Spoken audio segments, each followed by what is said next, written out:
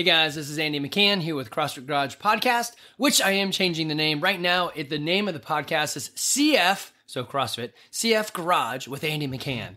So I'll probably be changing the name of the podcast to Fitness, Food, and Finance, since that's what we're trying to help you with. It would just make sense to name it what it is. So anyway, I am here to try to help you lay a firm foundation in fitness, food, and finances. We do a lot of fitness because we have a gym. We talk some food because, man, if you don't mess with your food, then a lot of the things you try to do just aren't really going to work so well. And then finances. Why do I pair that up? It seems like it would have nothing to do with it. Because of this. If you are going to live for a very long time because you now have great fitness and you're eating really well, you're just healthy and you're harder to kill, then you're going to want to have money for the end of your life. Otherwise, you're just a drain and a burden on somebody else, which is not great.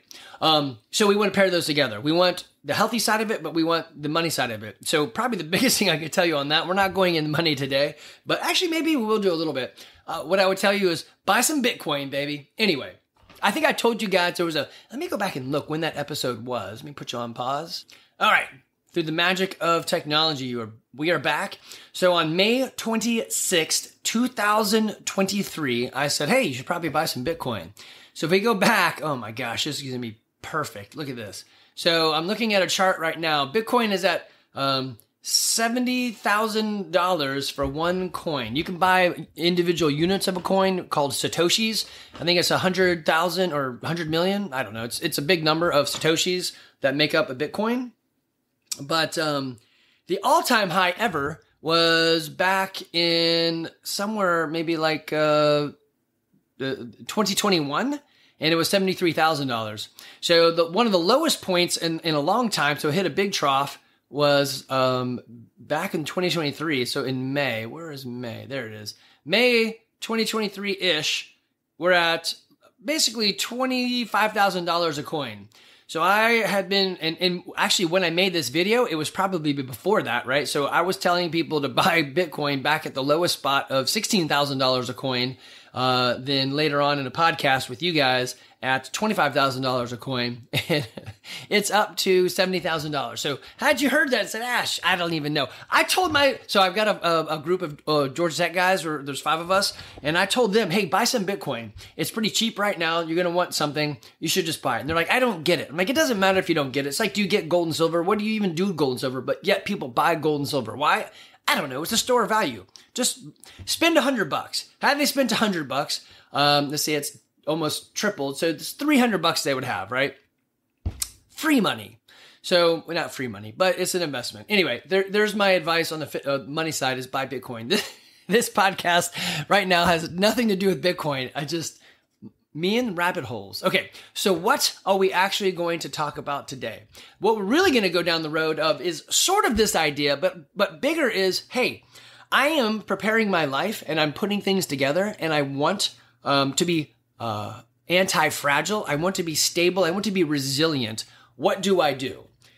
Inside of that, you might find yourself in the world, there's a group of people called preppers, and I'm not talking about zombie people. I'm talking about those that just want to be smart about what they do. So there's an idea of 1 is none and 2 is 1, right? So if it's got one use, it's probably not good. If you only bought one of it, it's probably not good. But if there's 2 uses for the same thing, great. Like, hey, I have a shovel. I can dig with it and I can hit zombies with it. I don't know, whatever. So that's 2 uses, right? But if I only have 1 shovel, it's probably not great. I should probably have a second shovel. Okay. That's the idea. It's just being resilient. One way you can be resilient is your health and fitness. The other is your finances, right? So that's part of it. But really the question then becomes, I know you guys are on this path. You're like, Andy, I'm on this path of being resilient. I am preparing myself for future. How do I get other people on this journey? Well, the answer is it is tough. I lived this life for the last 17-ish years, and I have a hard time getting my own family, not my children as well as my extended family.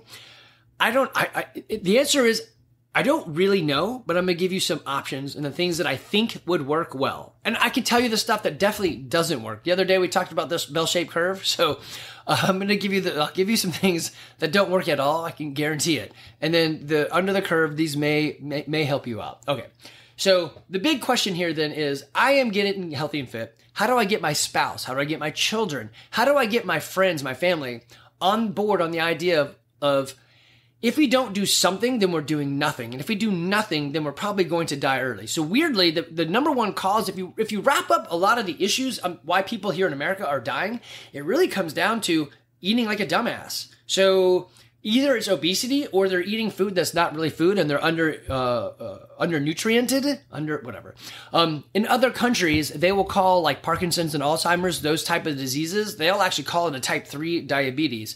Is it? I don't know. I don't really understand all that. What I am saying is that not all food is created equal and not all information given to you is created equal. It is weird. I have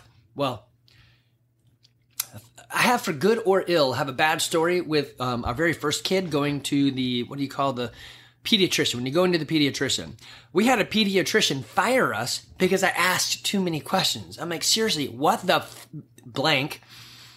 This is the first baby I've ever had. I'm an idiot parent. I'm still an idiot parent. But back then, I was definitely an idiot parent. I have no idea what's going on. I'm trying to educate myself. I'm reading books. The internet has just come out. I'm reading the internet going, what is going on in here? What message is being brought to us? What stuff is real? What stuff is fake? I'm asking too many questions. There is a history in our family of not reacting well to some shots. And so Olivia had some sort of reaction, and I asked the pediatrician, and the pediatrician said, I kid you not, Dr. Roy from Roswell Pediatrics, thank you. I'm not mad at you because you put us on a health track that has been great. I don't even have a doctor. I don't have a primary doctor. I'm not saying you should do that. I'm just saying I don't. He fired us. He said, hey, if you're going to be those type of parents, you can leave.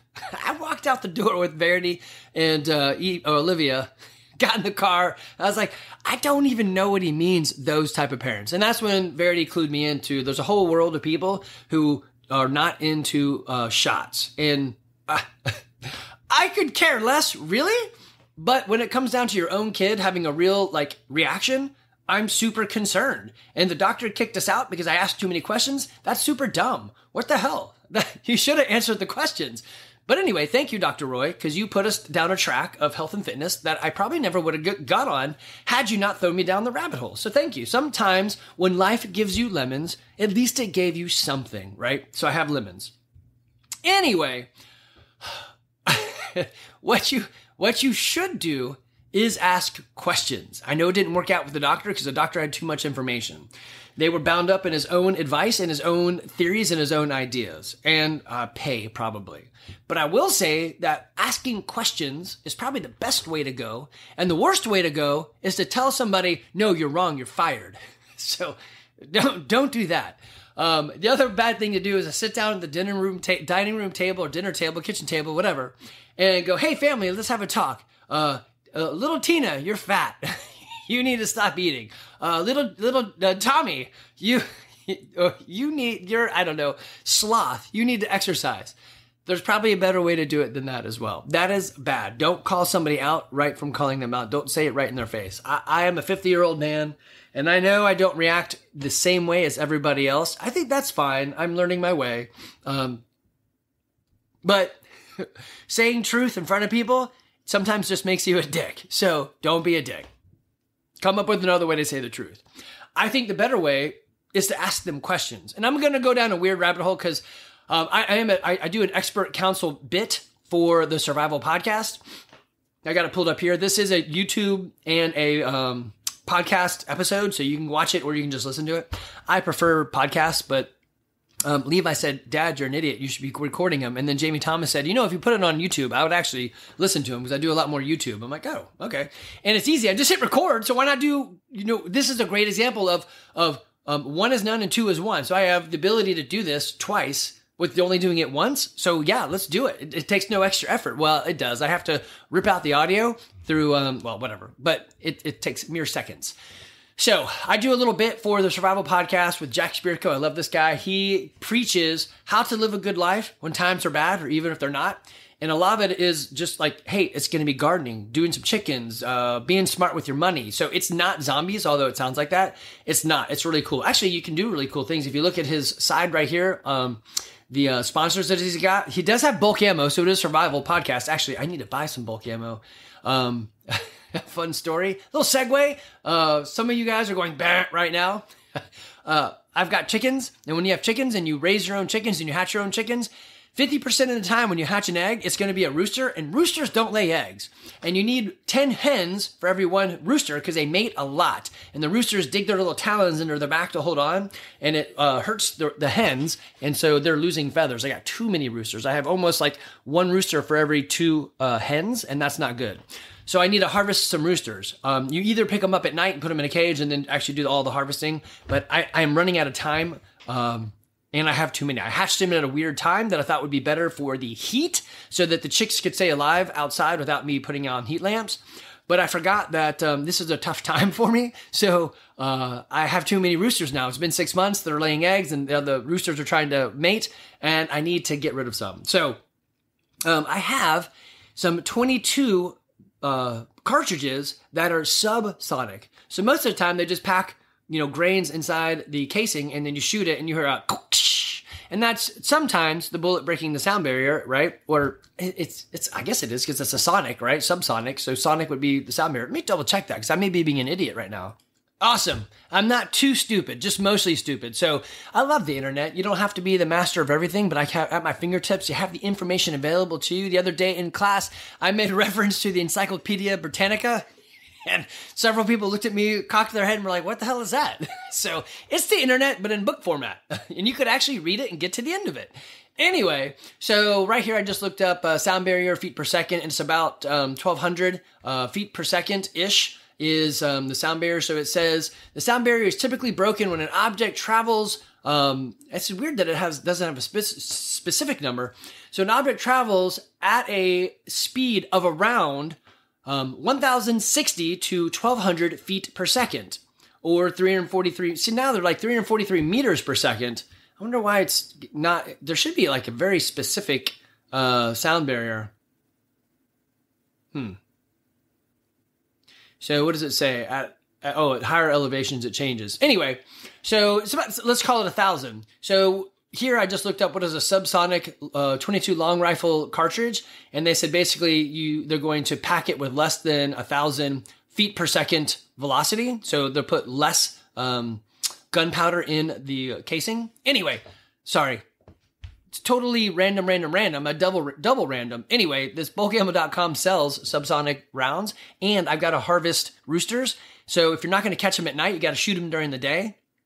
And if you use a subsonic round, I was shooting in the backyard. I shot a couple roosters and buried them in the garden. So now at least they're going somewhere and doing something. I just didn't have a chance to process it. But if any of you guys want to learn to process roosters and then take it home and eat it, you're more than welcome to. Our roosters, all of our chickens are free range, so they have a lot more muscle, and that muscle is a lot more firm, and it's just hard. It's not as fun to eat. So if the cannibals ever took over America, us CrossFitters would be okay because we would be very gummy tasting, or our texture would be rough. Well, there's a lot of people that would be super delicious because they're like veal. They're trapped in a cage and they eat crap and never are allowed to move. So their meat is very tender. That's so disgusting. Anyway, so we're safe from the cannibals. Yet another reason to CrossFit.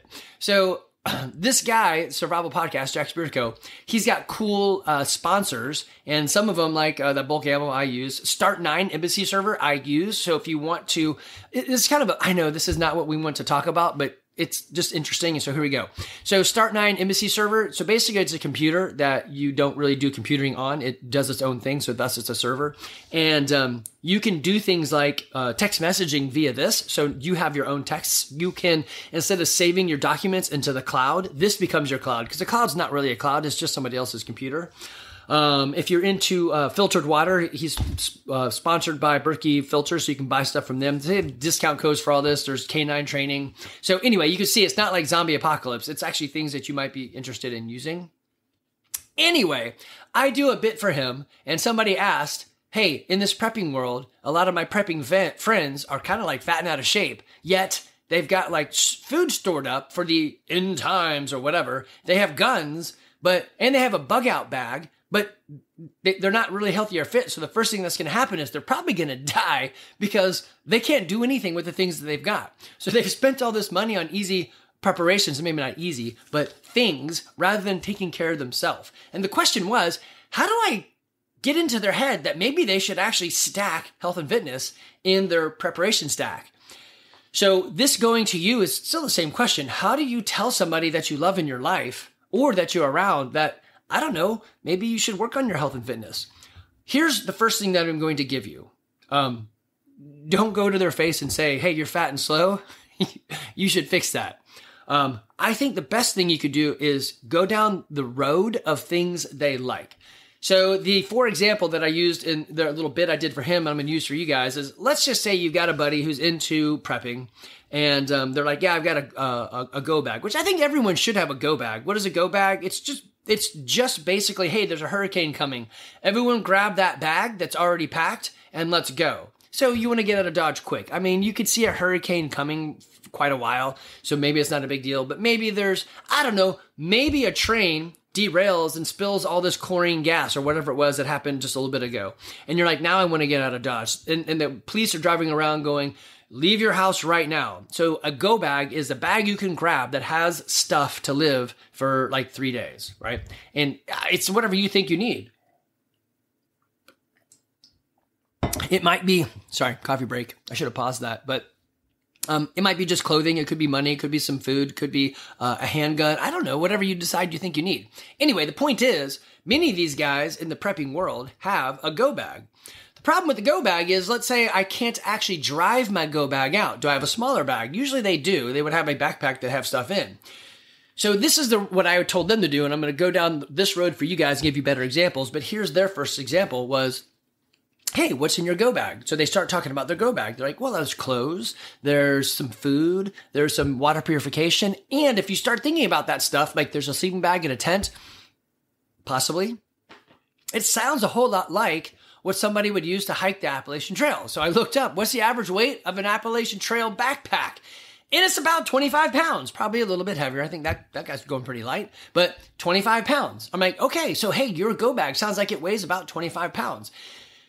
When's the last time you put a 25-pound pack on your back and started, like, just walk the trails? Well, never. Whoa, well, hey, would you be interested in doing that?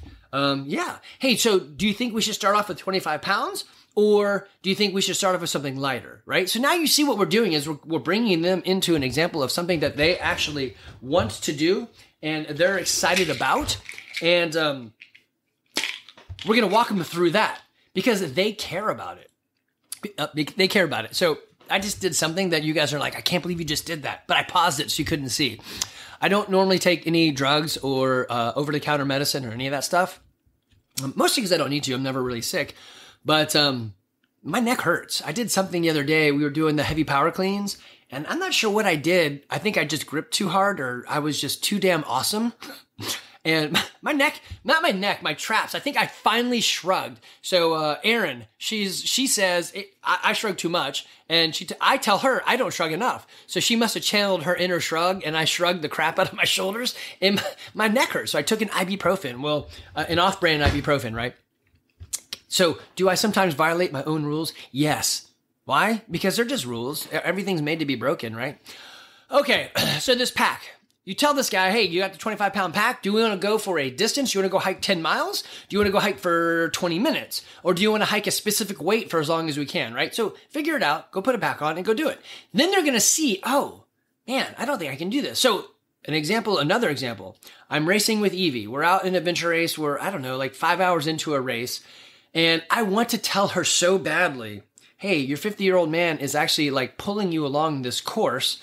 You probably should train more if you want to do well in cross country. Because if this is happening here, cross country might not go as well as you expect doing nothing, right? I didn't say anything. Why? Because it never works. And I don't really care how she does in cross country. As long as she's smiling and happy and having fun, I'm actually okay with that. I know she would have more fun winning, but whatever. And I know she'd have more fun being on varsity, but whatever. She needs to learn the lesson, and I saved my kids too many times. I think they should put their tongue in the outlet a few times, and that'll probably help them, right? So I didn't say anything. We get in the car. We're driving home. She's like, you know what?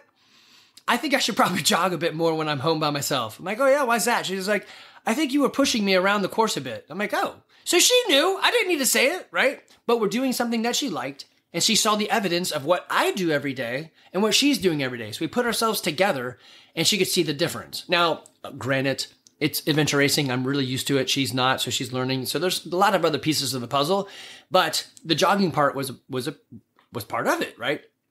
Okay, so let's go back to our everyday lives. Let's say I am a stay-at-home mom with 3 kids. I've got another friend who's a stay-at-home mom with 3 kids. I am now Sandy, because that's Andy with an S, and I CrossFit. Tina does not. How can I tell her, hey, if you don't do something, then it's going to go badly for you, and you're not going to be around for your kids. You should do something. And what is that something, right? I definitely wouldn't say it to her face. Well, I take that back. There are some friends that you've got that you can totally say, hey, look, I found a thing, and I should tell you about this thing, and here's the thing, and you should do this thing, right? Actually, in that case, you tell me, and I will do a special class just for you and your friend, and we will let them see what CrossFit is like. Or we can bring them into class, and I will stay with them and make sure they have a good, easy time, right? But I would maybe say to the friend, hey, why don't we load our 3 kids up into, actually, I should have picked 2. Let's put our 2 kids into a 2-push stroller and go down the green trails that we've got here in Woodstock. The Green Prince Trails or Green Alliance or whatever it's called. Let's go do that. Let's put our kids in a stroller and go walk. I bet you when you do that and you're able to carry on a conversation and she is not, that she is going to find out, wow, Sandy's doing a much better job than me. What is this, right? And if you do it enough times, or you offer to help, oh, you can't pick that up, let me pick that up for you. She's going to see, wow, something that she is doing is allowing her to do more than I can do. What is this? And it's in a world that she cares about. Hey, I have kids, I have to pick them up. There's a kid in a baby carrier thingy, the car seat carrier, and I need to pick that up. Not car seat carrier. What's the one where the little infant is in it, but then you can also clip it into the car seat carrier? I don't know, whatever it's called.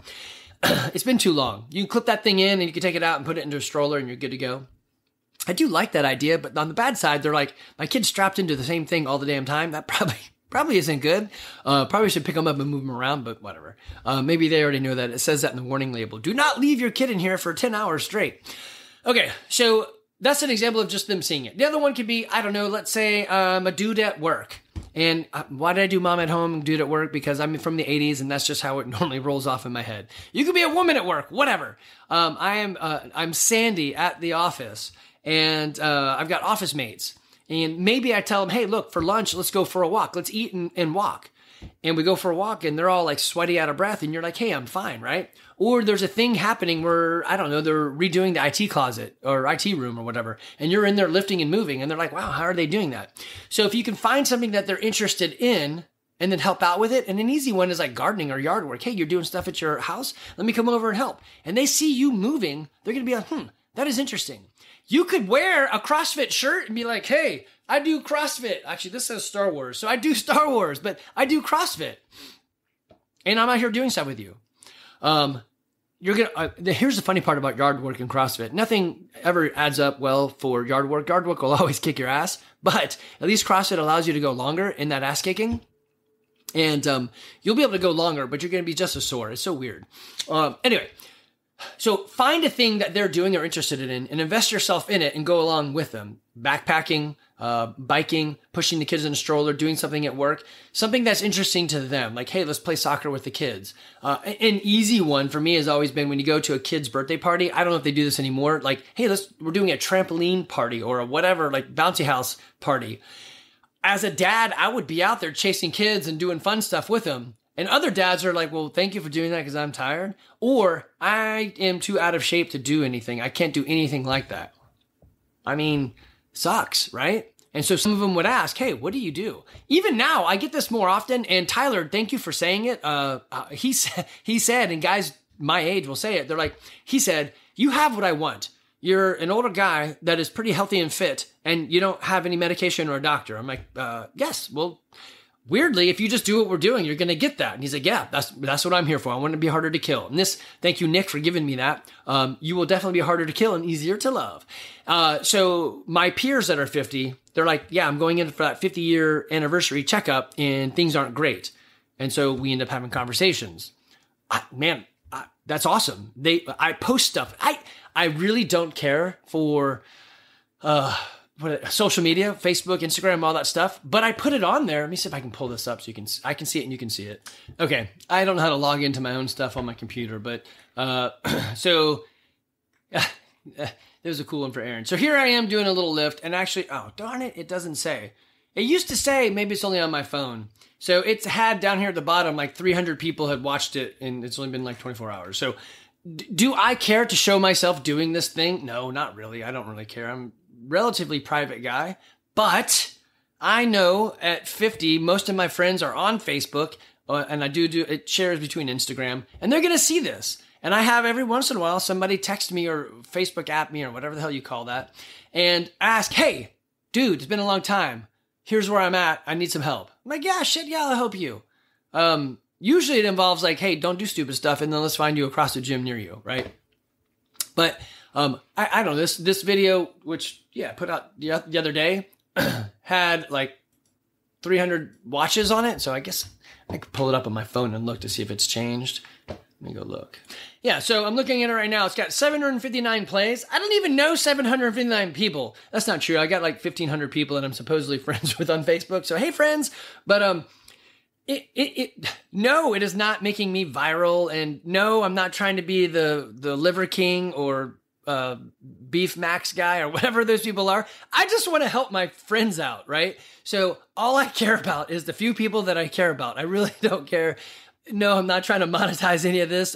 I've got, so let's see, we've been doing this podcast for a year and a half and there's 11,000 downloads. So is that good? I have no idea. Some videos or some podcasts are up to like a couple hundred listens. Some are still down in like the 30s.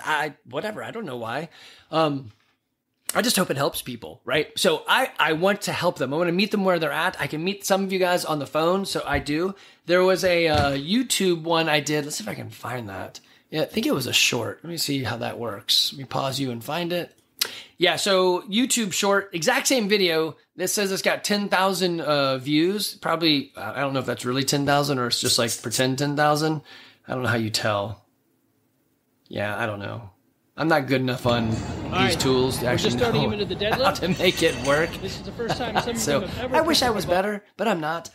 But point is, so 10,000 people watched that. A couple of people commented. Somebody, YouTube messaged me or whatever and said, hey, can you help me? I'm like, yeah, sure. Does it happen a lot? No. But even one person helped is better than nothing. And that's part of our like credo for the gym. We are happy, humble, helpful people. If I'm going to be helpful, I literally need to help people. So yeah, I enjoy doing that. I want to help people. Okay. I've got a friend. They're not in shape. I'm going down this road. How do I help? Let's first go with spouse. There's probably nobody you love more than your own spouse. For my members, dude, just tell me, bring them in, and I will be there to walk them through a class and to handhold them so it's super awesome and fun. I want them to be successful. I want your spouse to live a long time. So I am here for your spouse. Your significant other, your boyfriend, girlfriend, whatever. I am here for them. If you have a kid, this can be a little bit different. If they are in high school, I would be okay bringing them into class as long as I'm with them. Sometimes high schoolers are jackasses and I don't really want to work with them. Other times I listen really well, especially when it's not your parent. And I'm okay with that. So let's talk and I'll bring them in and I'll handle them. If they're younger than that, I'd probably rather them do summer strength because that's what it's there for. We're doing that right now so you can get them into class even if they're late. It's okay. Not late as in like they show up late, but we just started it on June 3rd. So when you listen to this, it will not be June 3rd. Bring them in anyway, whatever. We'll get them started. And then maybe they can get into class.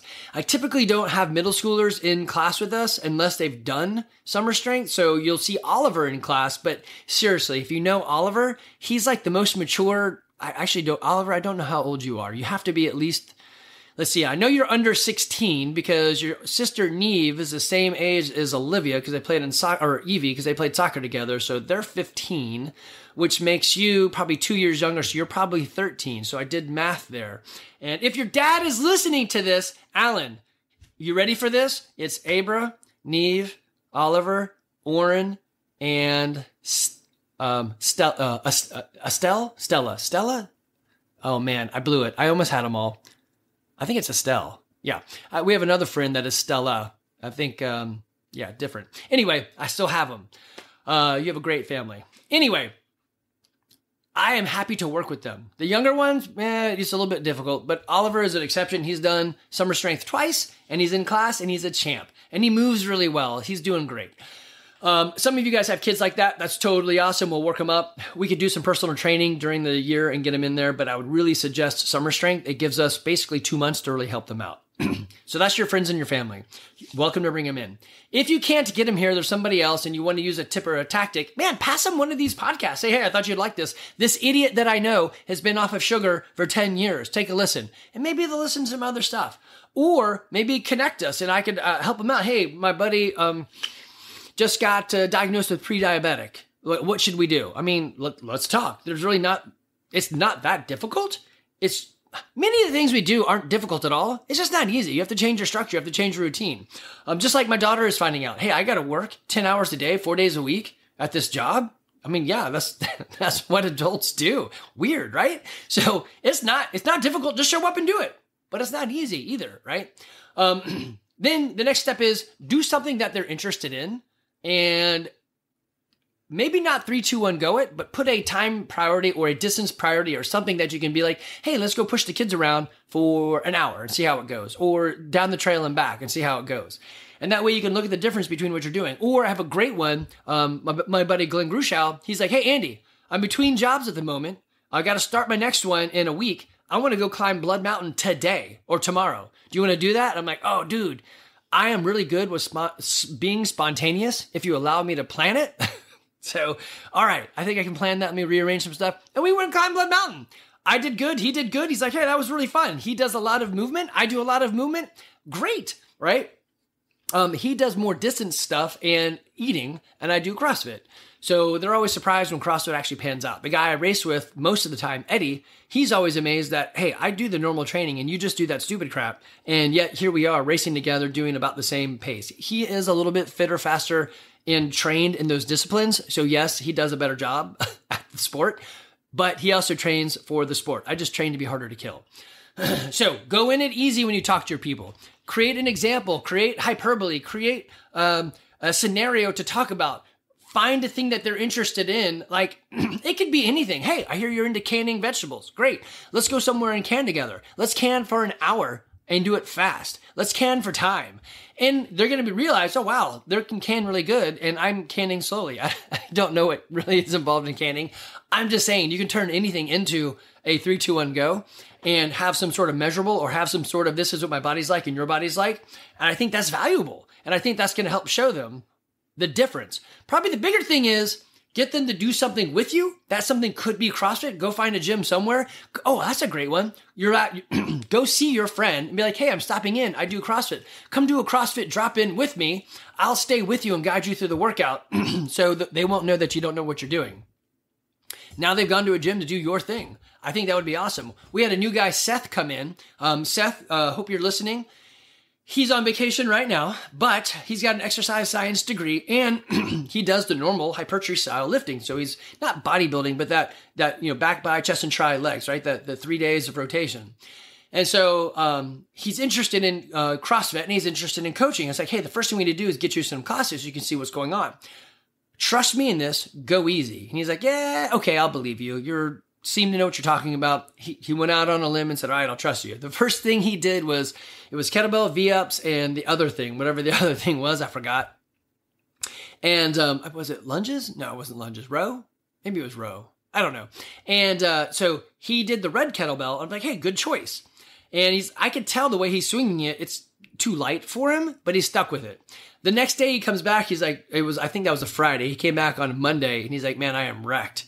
And I thought I took it easy. I'm like, CrossFit does that to you. He's like, yeah, I love the way it feels.